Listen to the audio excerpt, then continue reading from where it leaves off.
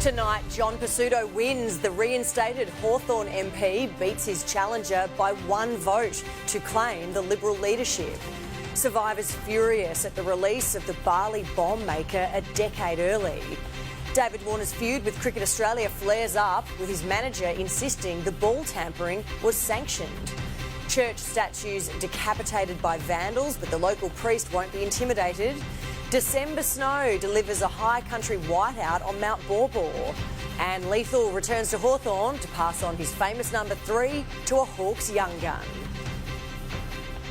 This is Melbourne's 9 News with Alicia Loxley. Good evening. Victoria's Liberal Party is pinning its hopes on John Pizzuto fixing its broken brand. The member for Hawthorn defeated Brad Batten by a single vote to take charge of an opposition desperate for more women in leadership that re-elected David Southwick as deputy. State political reporter Mark Santomartino. Brad Batten marched confidently into Parliament, but so did John Pizzuto. I've missed you. And after an hour locked in the opposition's party room, the member for Hawthorn emerged as the new face of Victoria's Liberal Party. How much did you win by? Enough. Enough turned out to be 17 votes, just 1 more than Brad Batten received. I walk out of that party room today with my integrity in place. I will back John Pizzuto 100%. Mr Pizzuto famously lost his seat in 2018 live on television. It's not looking great. And managed to stave off a Teal threat to win it back last month. That is a big deal for me personally, and I intend to repay the honour and trust that people have put in me. Mr Pizzuto's second chance not nearly as puzzling as a lifeline thrown to David Southwick, Matthew Guy's second in charge and chief selfie taker, who returns as deputy. Right across the country, that the Liberal Party brand needs work. If we didn't think that, we've got our heads in the sand. Fresher faces like former tennis star Sam Groth and Q's Jess Wilson will be at the forefront of that rebuild. You will see them in the next few days taking on senior appointments. As for Matthew Guy, John Pizzuto is open to him taking a senior role as part of his shadow ministry, refusing to blame the former leader for now 2 consecutive and crushing election defeats. I think Matthew worked his guts out. He's passionate. His whole life has been devoted to the success of this party for the benefit of Victorians. And I respect that and I admire that. Matthew Guy wouldn't say what went wrong. Nothing. But already the policy to shelve the suburban rail loop appears dead in the water. Whatever Daniel Andrews has a mandate for doing, he does not have a mandate for doing badly. We're going to call out blowouts wherever they occur. We'll call out corruption wherever it might exist. That's our job as an opposition. Mark Santomartino, 9 News. Survivors of the Bali bombings are devastated that one of the men responsible has walked free. Umar Patek, who made the device that killed 202 people, served less than 12 of his 20-year sentence. Damien Ryan reports. Behind bars, Umar Patek was often paraded by the authorities as a model prisoner, but his release was without fanfare. Patek snuck out early yesterday, officials waiting until late last night to confirm in a statement he was a free man. He pledged his allegiance to the state and he must not commit any violence to keep his parole. Frustrated, annoyed, all the bad things I think that come to mind. I think that letting Patek out was a bad thing for us. Bali survivor Peter Hughes was a witness at Patek's trial and helped put him behind bars. He's nowhere near being de-radicalised. He's a martyr. This guy's getting out free. De-radicalisation, that was his ticket to freedom.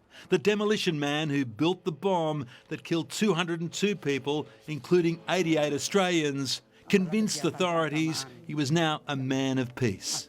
Jan Lazinski was another survivor. He lost 5 mates. Do you ever see him actually looking solemn and looking like he's actually sorry for what he's done? I don't believe he's sorry. It's an absolutely horrible day for the victims and families of the Bali bombings. A day the government tried but failed to stop. The Australian government has put in the strongest possible terms our views about what has occurred. Patek is now said to be reunited with his wife. He will remain on parole until 2030 with just 2 conditions: that he initially report to police once a week and take part in a mentoring program. Last night in West Java, another terrorist bomb maker who was freed late last year blew himself up at a police station, killing one officer and injuring 11 others. The man was under even closer supervision than Patek, but it didn't stop him. Peter Hughes insists it's an ominous sign. He's back to his family, he's back to his friends, he's probably back to his bomb makers, to start all over again. Damien Ryan, 9 News. David Warner's manager has dropped a bombshell about the sandpaper scandal in South Africa that rocked Australian cricket. James Erskine alleges senior executives not only knew about the ball tampering, but instructed players to do it. Zach Bailey has today's developments. As David Warner walked out to bat in Adelaide, the ghosts of Sandpaper Gate continued to haunt Australian cricket. A day after he gave up his fight to overturn his lifelong leadership ban, his manager went into bat. When the truth comes out, everyone's going to turn around and say, well, why was David Warner picked upon? It was just a loosener. James Erskine revealing the seeds of the game's greatest scandal were planted in the Australian dressing room 2 years earlier. 2 senior executives, were in the changing room in Hobart and basically were berating the team for losing against South Africa. And Warner said that we've got to reverse swing the ball. And the only way we can reverse swing the ball is basically by tampering with it. So they were told to do it. Erskine didn't name the executives, but in an interview after the Cape Town scandal, Steve Smith also recalled a conversation with senior officials in the Hobart sheds. Coming in the rooms there and actually saying, we don't pay you to play, we pay you to win. So for me, that was, I think, a little bit disappointing to say. For his part in the affair, Smith has largely been forgiven, today captaining his country. That's an honour Warner will now never experience. His battle against Cricket Australia taking too great a toll. We have been through hell, like I said, and to put our family, also his teammates, through everything again. And the disappointing thing for David is that this has been dragged out for so long. In the wake of Cape Town, Warner, Smith and Cameron Bancroft were publicly named and shamed for their role in the affair. You'd have to be a blind black Labrador to not realise there was far more than 3 people involved in this thing. 9 News approached Cricket Australia for a response, but they refused to comment. Zach Bailey, 9 News. Medibank is going offline this weekend to carry out a cybersecurity overhaul following its disastrous hack. Australia's largest health insurer will shut down its IT systems, call centre and retail stores. Customers will not be able to access services from 8:30 p.m. Friday until Sunday. A young tradie who killed a grandmother when he failed to give way at a Carrum intersection has avoided jail. The judge found Jasper Millen saw the victim's car approaching but mistakenly thought he could make it through the lights in time. Court reporter Eliza Rugg. It looked like a minor traffic incident at a Carrum intersection, but Jasper Millen's moment of inattention behind the wheel had deadly consequences. Amounts to a miscalculation on your part, which unfortunately has led to a tragic outcome. The P-plater was driving a friend home from the beach one evening in November 2020. Millen wasn't drunk, speeding or using his phone. At the intersection of Station Street and McLeod Road, the 22-year-old apprentice electrician decided to make a right-hand turn. Driving towards him in a white Mazda was 75-year-old Heather Tucker. Millen was only travelling at 19 kilometres an hour. The impact wasn't forceful enough to trigger Mrs Tucker's car airbags. But the Chelsea grandmother went into cardiac arrest and she died in hospital 2 days later. That her pre-existing health problems may have played a significant role in her death. Jasper Millen has written a letter of apology to Heather Tucker's family, including the victim's husband of 52 years. Shane Tucker says he visits his wife's grave as often as he can, so he can feel close to her. Millen's genuine remorse, clean driving record, strong work history and supportive family helped him avoid prison today. Instead, he's been handed a 2-year community corrections order and he's banned from driving for 18 months. Eliza Rugg, 9 News. A landmark agreement has been made to fund a rapid transition to renewable energy. Charles Croucher tells us it will do little to ease power bill pain in the short term, the subject of tougher negotiations at National Cabinet tomorrow.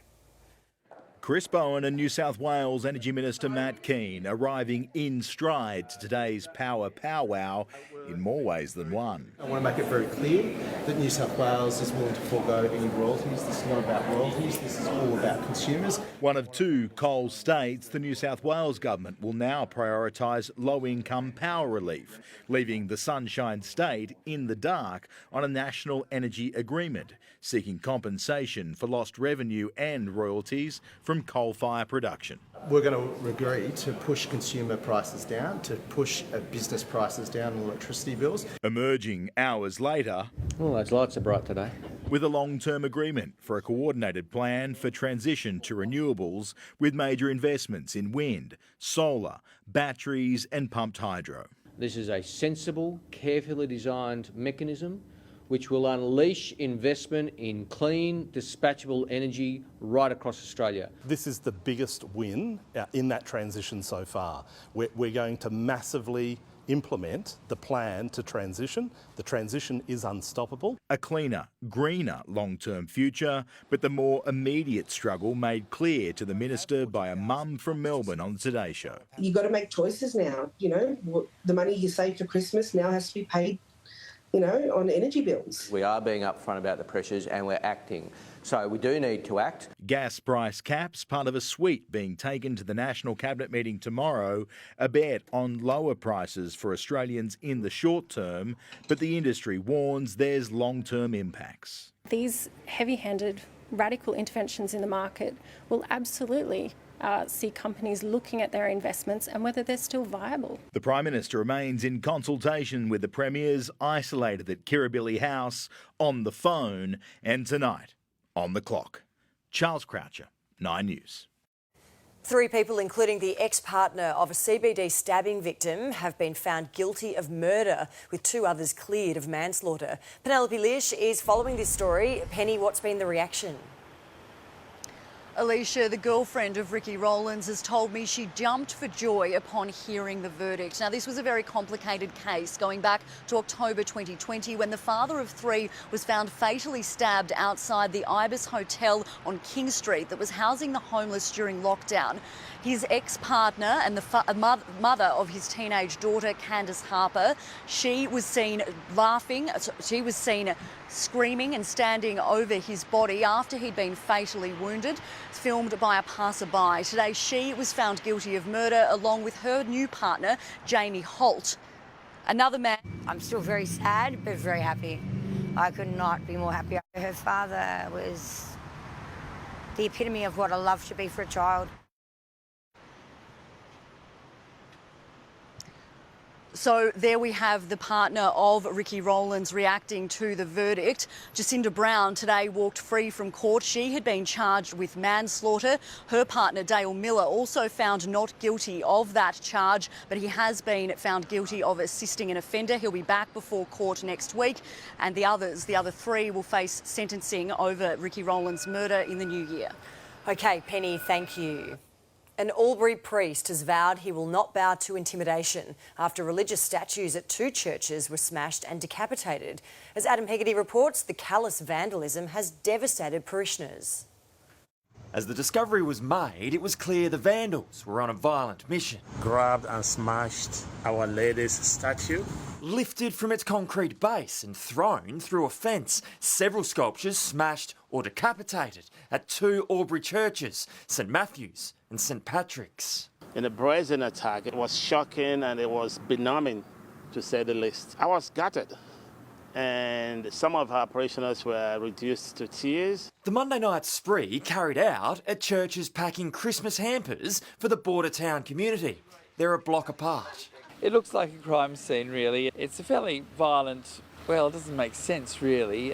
Somebody's obviously very angry. And now in the sights of police, they're confident they know who's responsible. And evidently they steal regularly from shops and they do destroy other things, and they're a bit of a hazard, really, around in the community.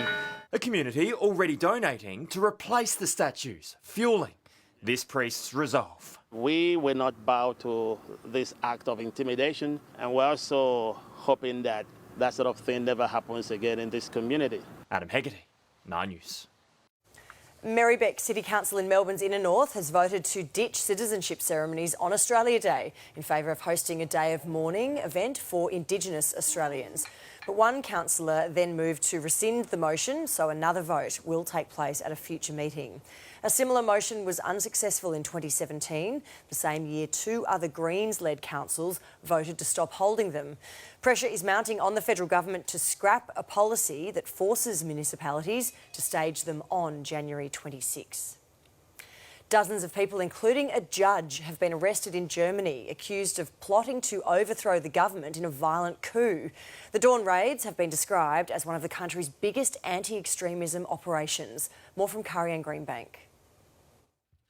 It took 3,000 police officers in dawn raids across 11 of Germany's 16 states to thwart an alleged plot by a suspected terrorist group to overthrow the government. Police say the far-right figures and ex-elite soldiers were preparing for Day X, where they would storm Germany's Reichstag building and seize power, alleging the group were willing to kill in the process. Federal prosecutor Peter Frank saying individual members of the terrorist group considered entering the German parliament by force. 25 people have been arrested, including a judge, most of the suspects part of the Reich Citizens Movement. A minor aristocrat called Prince Heinrich XIII is allegedly who the group wanted to install as Germany's new leader. Prosecutors claim the group had also earmarked people for its new government ministries. Germany's Interior Minister saying further investigation will give us a clear picture of how far advanced those coup plans were. Police say the plot had been in the works since at least November 2021. In London, Karianne Greenbank, 9 News. Crown is getting into the Christmas spirit, kicking off its celebrations with Aussie pop quartet Human Nature performing carols on the Grand Staircase. Walking in a winter wonderland. Walking in a winter wonderland.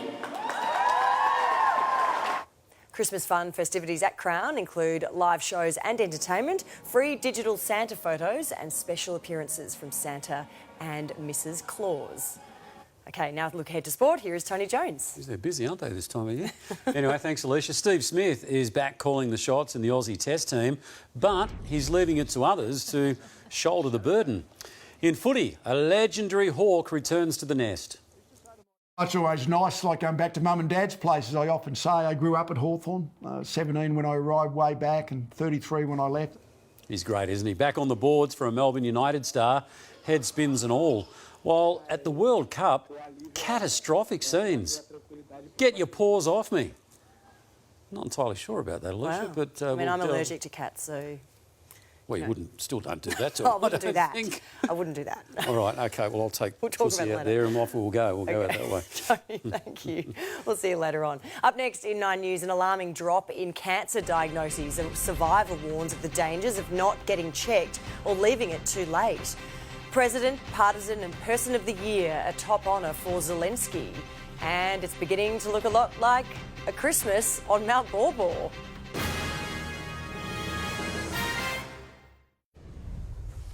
The owners of 2 parked cars in Burwood East have a costly pre-Christmas repair bill. They were damaged when strong winds brought down a large tree and power lines last night. Electricity was disrupted to nearby homes. Thousands of Victorians are unknowingly living with cancer, and the pandemic's been blamed for a drop in diagnoses. Now, the Cancer Council is urging anyone due for screening to see their doctor ASAP. Medical reporter Emily Rice has the story. In 2015, an astute osteopath helped save Karen Trafford's life. My osteo, Laura, said to me, "That mole on your back looks very angry. Have you had that checked?" And I thought, nope. And that's what actually made me go to the doctors. That led to a diagnosis of melanoma, which 59-year-old Karen has survived. The mole was on my back and it had actually spread under my right arm. Detection of cancer cases fell sharply over the pandemic, down 7% in 2020 and 4% last year, during the period when Victorians were ordered to stay home for more than 260 days. Worryingly, we also have an estimated 3,800 Victorians who have cancer and they don't realise it. The most common missed cancer diagnoses were for bowel and melanoma, conditions for which screening is available. The Cancer Council says there are likely several reasons why health checks were put off during COVID, including a reluctance to leave home for medical appointments even when permitted under the restrictions. We had work to do around, I guess, in some ways undoing that message for people that had symptoms or concerns and understanding that seeing your GP or attending a health service was still a safe thing to do. They've known that the health system has been under pressure and perhaps they've felt that they didn't want to be a burden to the health system. Those who do receive a disease diagnosis need not deal with it on their own.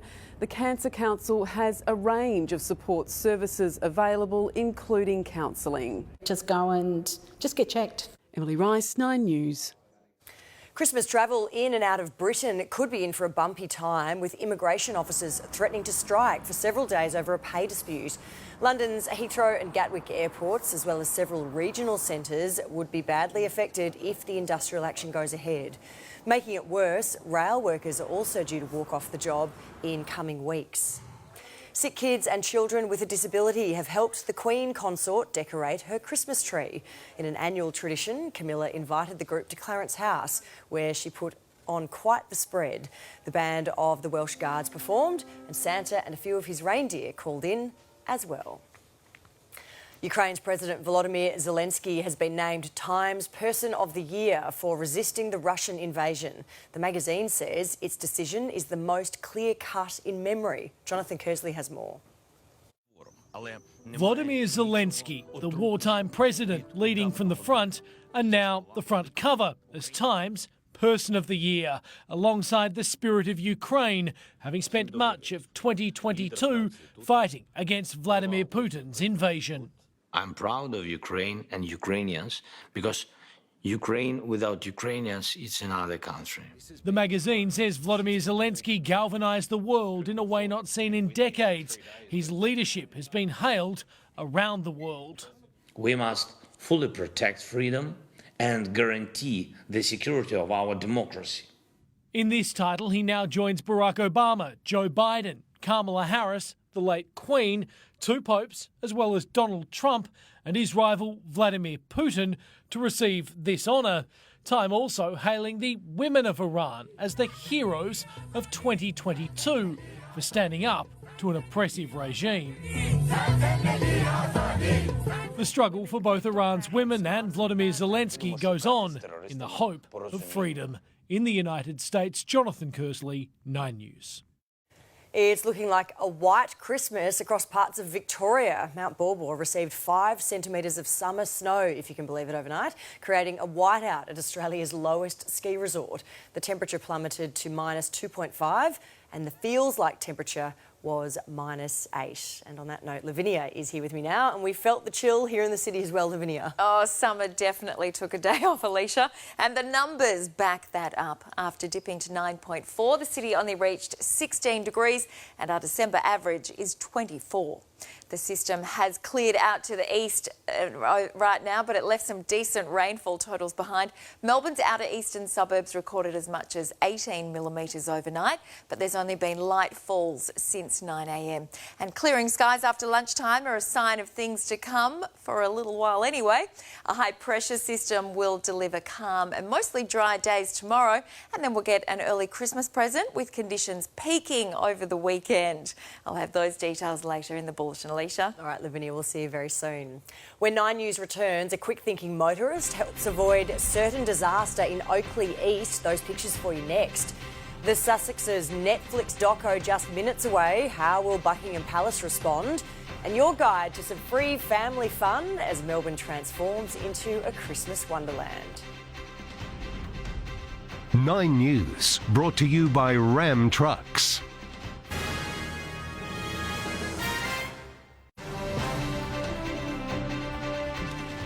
A heart-stopping moment for this parent and driver when a young child darted out in front of a car outside a childcare centre in Oakley East. Anywhere from 10 minutes to 25. Oh, Thankfully, the motorist was able to steer clear and no one was hurt. Prince Harry and Meghan's explosive documentary series, Lifting the Lid on the House of Windsor, will be released in just under an hour. Brett McLeod is at Buckingham Palace. Brett, there will be a few anxious royals tonight. Well, it's -3 degrees here in London, Alicia, so you can guarantee there'll be literally a frosty reception when the show goes to air. But whether the palace actually responds, we have to wait and see, because based on the trailers so far, all we've seen so far is grievances which have been aired before about allegations of racism, about manipulation of the press by the palace. I feel the palace probably won't do anything unless they feel they absolutely have to. And that will depend perhaps when the final of these 6 episodes has gone to air. The only guaranteed winner out of this whole saga, well, that's the streaming giant Netflix. Whatever they paid the Sussexes for the rights to their story, they're getting it back in free publicity. Alicia? Absolutely. OK, Brett McLeod there in London, thank you. Dino Boluarte has become Peru's first woman president following the impeachment of the country's former leader, Pedro Castillo. Hours before the proceedings were due to start, Castillo was arrested, accused of rebellion. The vice president was quickly sworn in as protests erupted in the capital, Lima. Castillo claims his opponents are trying to undermine democracy. The former Theranos executive Ramesh Sunny Balwani has been sentenced to 13 years in prison for peddling the company's fake blood testing technology that duped investors and endangered patients. Less than 3 weeks ago, his former partner, Elizabeth Holmes, the firm's founder and CEO, was jailed for more than 11 years for her role in the scandal. A roundup in reverse in the English county of Devon, where a man on the run was driven into the arms of the law by a herd of cows. The thermal imaging shows the man relentlessly followed across a field and then corralled by officers. Well, it's the last call for the Boeing 747. Production of the workhorse of the sky has come to an end, with the final one, a 747-8 freighter, rolling out of the US factory. It was the world's first twin-aisle airplane. More than 1,500 were built in its 54 years of service. A breakthrough blood test has been approved, which will help doctors to determine whether a head injury has caused brain damage. The test, developed in the US over 2 decades, holds great promise for athletes and the elderly. It diagnoses a concussion within 18 minutes by identifying elevated brain proteins. Hospitals will start using the technique from early next year. Well, a host of free festive attractions is on offer in the city, and families are being urged to take advantage. Reid Butler has been out testing them today and is in Carlton tonight. Reid, what's the verdict? It's a lot of fun, Alicia. I'm at the pop-up roller rink in Carlton. It is a new addition to the Christmas festival this year. It's free if you bring your own skates and suitable for everybody, pros and beginners like myself, even though I think I might have nailed it this afternoon. See my skills, I'm pretty impressed by them myself. It's just one of many activities on offer, and families should come into the CBD and enjoy them. Jingle Bell Rock, rolling all the way. Jingle bell, jingle bell, jingle bell rock. Argyle Square now home to a roller rink where you can skate into the silly season as part of the City of Melbourne's free Christmas festival. Ho, ho, ho. It's almost Christmas. In Docklands, the outfits were on point, festive. The new black at the pop-up Christmas maze. Santa's lost his elves, and if you can find them all, you go into the running to win a $500 voucher. It's the best time of year for the Martin family from Carrum Downs. Merry Christmas! We're going to try and do it all. Like, we're going to go and Go to Fitz Square, have a look over there. Yeah. Always good to have the family together and doing stuff. And it was a day Charles and his nan had been looking forward to. He was like, come on, Nan, let's go and have a look through the maze. And I went, as long as he doesn't leave me and I get lost. Deputy Lord Mayor Nicholas Rees is in a festive mood. I'm ready to break into song. He says the attractions will help lure even more people back to the CBD off the back of last month's bumper numbers. In November, we had more people visiting the city on weekends than we did on the same weekends back in 2019. Next stop, Queensbridge Square, where swinging into Christmas brought smiles to the faces of these best friends from Mernda. It's the school holidays and my mum said we can have some fun here. And of course, it's not just for the kids. I can attest it's pretty fun for the grown-ups too. Everyone can come down and get involved. So why not bust a move, get your skates on and embrace the holiday season. Reid Butler, 9 News. Very nicely done. When Melbourne's 9 News returns, the end of the line for two heavy-handed baggage handlers at Melbourne Airport. CanStar ranks the best supermarkets to buy your meat and seafood for Christmas. And two trapped goats given the taste of freedom in Hoppers Crossing.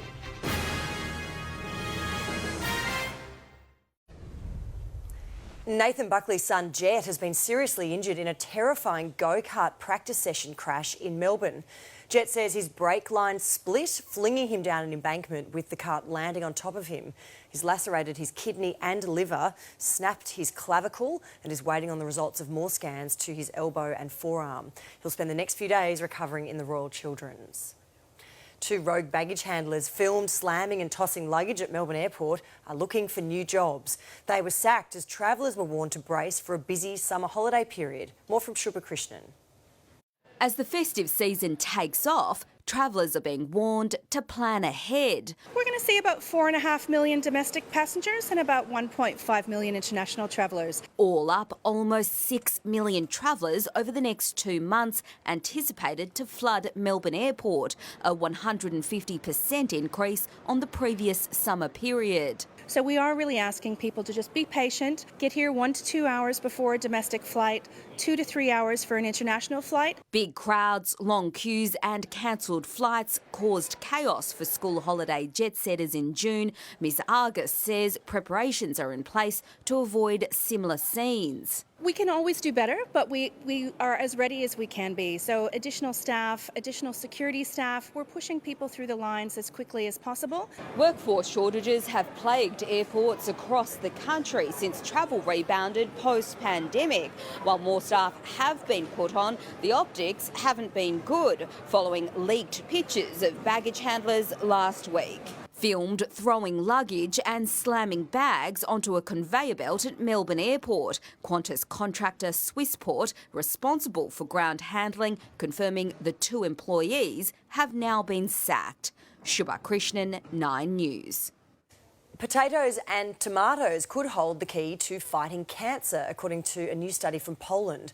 Researchers centred on compounds in fruit and vegetables from the nightshade species that are toxic to animals which eat them. They believe a safe dose could potentially turn a poison into a powerful medicine. Okay, time for Thursday Finance for you now. The Australian share market gave up ground again today, the ASX 200 finishing more than 50 points lower. Downer EDI was by far the worst performer, nosediving 20% after announcing the discovery of accounting irregularities. Collins Foods and Telstra were also in the red. Our dollar, meantime, is higher against most of the majors. It's currently buying around 67 US cents. And some welcome news for drivers tonight, with petrol prices falling to some of the lowest levels in months. Tullamarine and Springvale are among the cheapest suburbs for you. Well, we all know that every cent counts in the lead up to Christmas. Tonight, to help you find value for money, the supermarket's serving up the best meat based on customer reviews. Bridget O'Brien has the details. If you're making your Christmas grocery list, make sure to check it twice, because CanStar Blue has just released its 2022 Supermarket Meat Awards. After surveying almost 4,000 shoppers, Coles has been crowned king, winning the best lamb, the best fish and seafood, tying with Woolworths to take out the top pork spot, and coming equal first with Aldi in the chicken category. Coles is really focused on its hyper-local farm-to-store program. You'll often see meats that are grown at local farms to your location. But Aldi wasn't about to slide down the leaderboard, winning CanStar's Best Supermarket Beef category yet again. They usually get top scores from shoppers on getting the best bang for your buck. When it comes to the Chrissy roast, Coles is satisfying chicken and pork lovers, while lamb and beef fans will need to take a trip down the aisles of Aldi. And thankfully, consumers found all 3 supermarket giants will be making this year's Boxing Day barbie a bit easier. No matter where you shop, you've got a good chance of buying something really good. But of course, the supermarket isn't the only place to score a good cut. Certainly don't discount your local butcher for better quality. At the end of the day, where butchers are keen to get rid of quality meats in their case, they may be willing to discount slightly. It wouldn't be an Aussie Christmas feast without seafood. And despite battling recent weather events, retailers say festive favourites are in high supply and at a price that won't be hard to stomach. Christmas is all about the prawns, lobsters, crabs, Moreton Bay bugs. There'll be prawns at the mid to high 30s. Lobsters will be at that sort of low price that we saw last year, continuing to hold at around probably 2 for $100. To avoid the crustacean queue without compromising on quality, the frozen seafood is equally as good quality as the fresh, snap frozen on point of harvesting. Bridget O'Brien, 9 News. 2 baby goats have been rescued after weeks stuck inside an old sewage drain at Hoppers Crossing. They were first spotted by a dog walker 5 weeks ago who couldn't track them down. When the Edgar's Mission team was brought in, they were not kidding around, lowering themselves into the drain to eventually corner the goats and save them. Were you saying something? I was, sorry. Just we were talking about lobsters. Are you having lobster? I don't eat seafood. No. But anyway, I learnt plenty from that. That was good. Thanks, Alicia. Now, you were talking about goats there before, and this bloke might just be the AFL's goat. I reckon he is. Lee Matthews. And today, Lethal was back at the Hawks for a special presentation. Also tonight, the Aussies assert themselves early at the Adelaide Oval. Or have they? And the Qatar kitty who was dropped from the World Cup.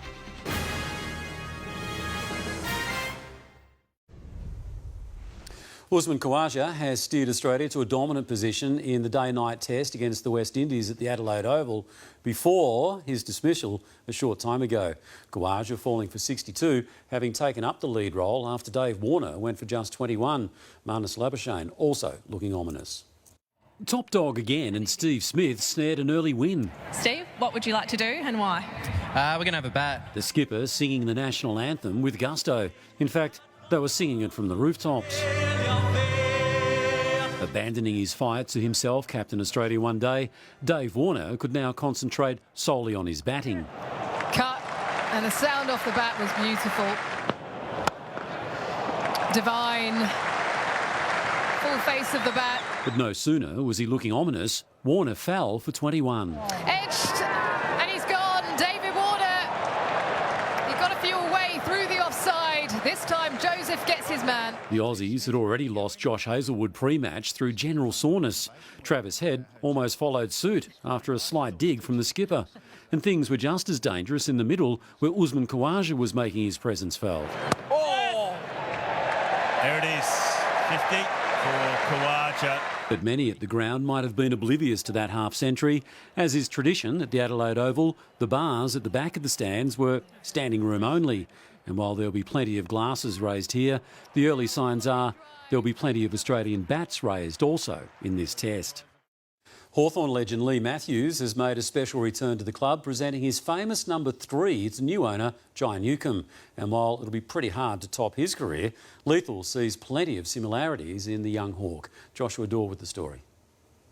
Flying in from Brisbane to where his legend was born, a special homecoming for Lee Matthews. It's always nice, like going back to mum and dad's places. I often say I grew up at Hawthorn, 17 when I arrived way back and 33 when I left. Today, aged 70, he came bearing gifts, passing down his beloved number 3 to Jai Newcombe. You got the moustache? I wish I had your hair. Only 21, but in Lethal's eyes, capable of shouldering the weight of the Hawks jumper. I was pretty big and strong, or not big so much, but strong in my era, Jai. Like in your era, you still look a big, strong man. So I'm happy to put the number 3 onto another big, strong midfield type. I was obviously a superstar of the competition and has 8 best and fairest here, so I'll be forever chasing that, I think. In 332 games, the brown and gold 3 left an indelible mark, both at Waverley And you can nearly put down your glasses, it's a goal! and away, as one Windy Hill point post found out. Oh, the post is broken. Matthews hit it and broke the point post. Oh, talk about a he-man. But it's now in retirement where the champion captain treasures it most. I'm really glad that I only played for one club, which means that, yeah, I've never been out on the field in a jumper other than that one. The similarities with Newcombe aren't just on field. Well, I was looking at the Team of the Century photograph, actually, and I was in my prime with the moustache and obviously had hair, the dark hair. We had a similar look. It's up there on the wall, a very similar look about us, Jai, with your moustache growing. You do look good up there. He's ready to step up and replace the last number 3, Tom Mitchell, while crafting his own legacy. Try and emulate, I guess, what they've done before me in my own way as well, bringing my own spin to that. It looks like it's going to be the start of a very long career, so I'll follow it with great interest. Joshua Dorr, 9 News. What a great story. Well, a bout of vertigo, of all things, has eased enough for Melbourne United's Shea Ili to resume playing. He'll return against Brisbane on Saturday night after a month on the sidelines. Ili will be on restricted minutes as he manages those ongoing vertigo symptoms. Just foggy, dizzy, just felt all of those symptoms throughout my time out. But yeah, just happy to be back and healthy to help out the boys. Isaac Humphries is also back. He had COVID, with United looking to improve on its pretty ordinary record of 5 wins and 10 losses. OK, at the World Cup, Brazil's pre-quarter final media conference took an ugly turn when a stray cat appeared. The Moggy took position on the desk until this big, brave media manager took matters into his own hands. É para ter a tranquilidade para o próximo jogo. Now, as laughter followed, it's understood the cat quickly got back onto its feet as opposed to rolling on the ground for 10 minutes in agony. Who wrote that? Very well done. I didn't do it. Wasn't me. Love it. See you tomorrow, Tony. Okay. We'll find out who wrote that. It's time to check back with Lavinia now, and the weather will improve for the weekend, Lavinia. Oh, it will, Alicia. This high-pressure system will move closer tomorrow, and that will bring calm and dry conditions, with one day a standout, warm and sunny. I'll have all those details for you next. The 9 News app is here. When news happens near you, we'll alert you. When the news breaks, we'll alert you. Download the 9 News app and select the news you want. The free 9 News app. Go straight to the source you trust. Hello again. Today felt like winter popped back to say hi. It brought along cold air, gusty winds and passing showers, and a maximum of just 16. Outer eastern suburbs recorded totals of 10 to 18 millimetres overnight, but almost nothing fell in the west, and that pattern continued today with just a millimetre or 2 through the east. But it was chilly right across the board. Ferny Creek only climbed from 5 to 13 degrees. Most suburbs only reached 16 or 17. Avalon did slightly better with 18. Both minimums and maximums had a wintry vibe to them. Horsham and Hamilton dipped to 4 this morning, and Walpyup's 4.7 was its lowest December temperature in 27 years. Most spots through the far north managed to crack that 20-degree mark, but it was cooler through the south. Ballarat only reached 14 degrees, and it was cold enough for snow to fall over Mount Baw. 5 centimetres fell as temperatures plummeted to -2.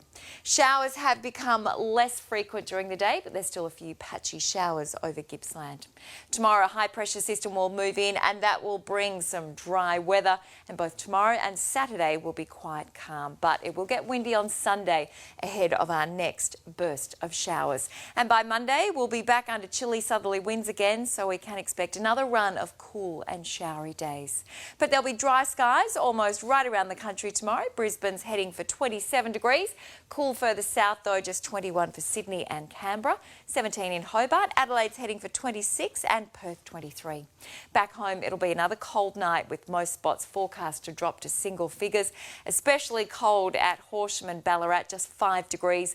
There'll be a few showers through the far east of the state, but it'll be partly cloudy elsewhere with light to moderate southerly breezes. Daytime temperatures will be well below average again, the mid to high teens through the south, the low 20s through the north. It'll be cool across Melbourne again tonight, but it will stay dry. Then tomorrow we can expect maximums of 17 and 18 degrees under partly cloudy skies and gentle southerly breezes. It'll be a partly cloudy day for Geelong as well, a low of 9, a top of 17. The city's heading for 18 after an overnight low of 11.